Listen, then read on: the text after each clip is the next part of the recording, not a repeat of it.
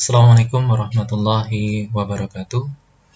Apa kabar adik-adikku? Semoga kalian semua dalam keadaan sehat. Hari ini kita akan melanjutkan lagi pelajaran kita tentang dasar-dasar mikrobiologi. Pertemuan sebelumnya, kita telah membahas tentang pendahuluan mikrobiologi. Apa itu mikrobiologi? Apa itu mikroorganisme, serta sejarah-sejarahnya. Selanjutnya, kita mulai mempelajari tentang struktur sel, di mana kita memulai dari pembungkus sel berupa kapsul, dinding sel, membran, sitoplasma. Selanjutnya, kita juga telah mempelajari flagela, sitoplasma, dan ribosom. Untuk hari ini, kita akan mempelajari kurang lebih 4 dari struktur sel selanjutnya, yaitu yang pertama mitokondria, yang kedua inti sel atau nukleus, yang ketiga fibria, dan yang terakhir itu adalah pili. Kita masuk yang pertama dulu, mitokondria. Nah, ini adalah struktur sel. Mitokondria itu letaknya di mana? Yaitu yang di sini, yang warna biru, mitokondria. Bila diperbesar, maka mitokondria yang warna biru ini diperbesar, maka bentuknya seperti ini. Nah, kita masuk pertama pengertian mitokondria. Mitokondria itu merupakan salah satu organel sel yang terdapat di dalam sitoplasma. Di dalam sitoplasma itu yang ini, yang warna ini, warna pink. Nah, salah satu organel sel, maksudnya apa? Di dalam sitoplasma ini banyak organel sel. Misalnya ada ribosom, ada mitokondria, ada juga retikulum endoplasma. Nah, mitokondria itu salah satunya dari organel sel yang ada di dalam sitoplasma. Nah, fungsinya sebagai apa? Sebagai pembentuk atau penghasil energi dalam bentuk ATP. ATP singkatan dari adenosin trifosfat. Nah, dari pengertian mitokondria ini dapat kita simpulkan bahwa fungsi dari mitokondria itu sebagai penghasil atau memproduksi energi yang berupa ATP.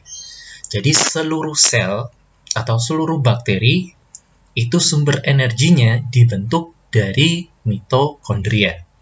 Termasuk juga tubuh kita.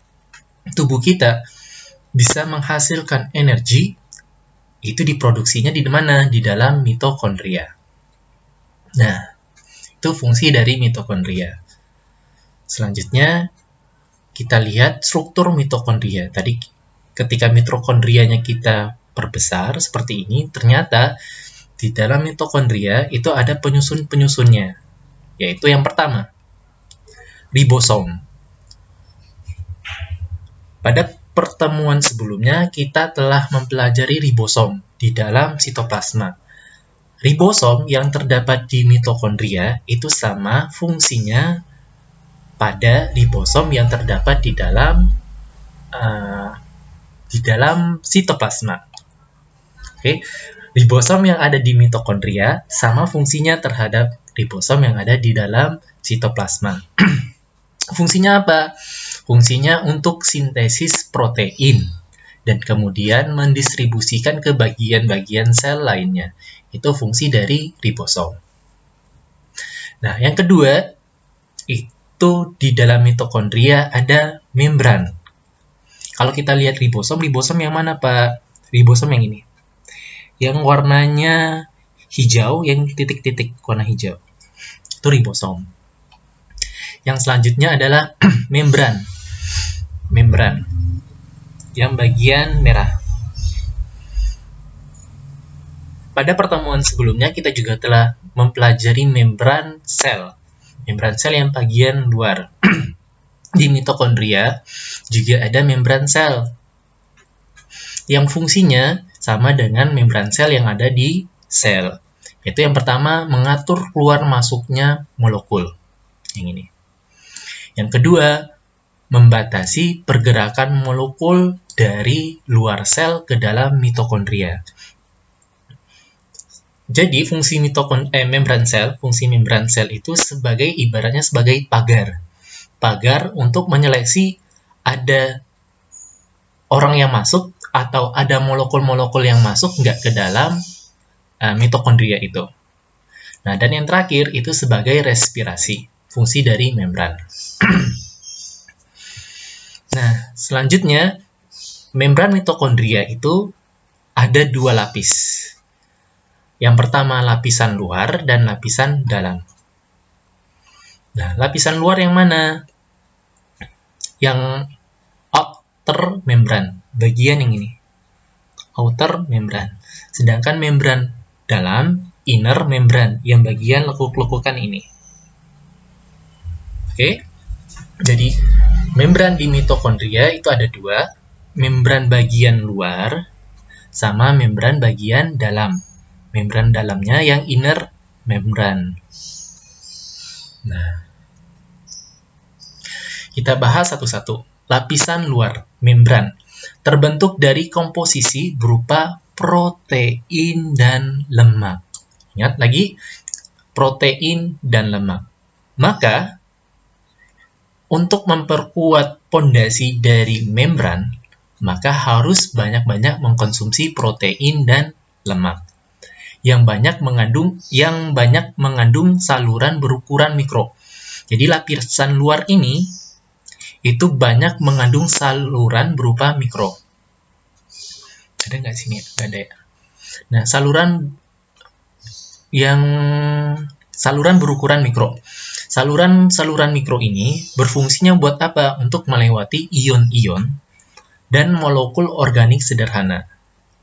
Jadi, lapisan ini, itu terdapat saluran berukuran mikro-mikro untuk apa? Untuk melewati ion-ion dan molekul organik sederhana. Nah, pada bagian lapisan dalam, kita bahas yang dalam, itu bentuknya berbelok-belok, yang juga disebut dengan kristai. Nah, di mana membran dalam ini, inner membran, dia ini memiliki dua enzim. Enzim pertama berupa enzim dalam pembentukan ATP, atau enzim untuk pembentukan energi, dan yang kedua, enzim untuk pembentukan respirasi. Untuk proses respirasi. Jadi lapisan dalam fungsinya untuk tersedianya enzim pembentukan energi dan enzim untuk respirasi. Sedangkan membran luar fungsinya untuk melindungi mitokondria dan untuk tempat keluar masuknya molekul-molekul atau ion-ion organik sederhana. Begitu sampai di sini untuk mitokondria. Jadi mitokondria itu fungsinya pertama sebagai pembentuk ATP atau sebagai penghasil energi. Sedangkan di dalam mitokondria itu ada dua buah struktur. Yang struktur pertama berupa ribosom, fungsinya sebagai sintesis protein. Yang kedua, strukturnya berupa membran, yang fungsinya yang pertama, membran luar, fungsinya untuk membatasi keluar masuknya molekul-molekul organik, sedangkan lapisan dalam, fungsinya untuk penyedia enzim energi dan enzim respirasi. Demikian untuk mitokondria. Semoga dapat dipahami. Kita lanjut nanti pada inti sel.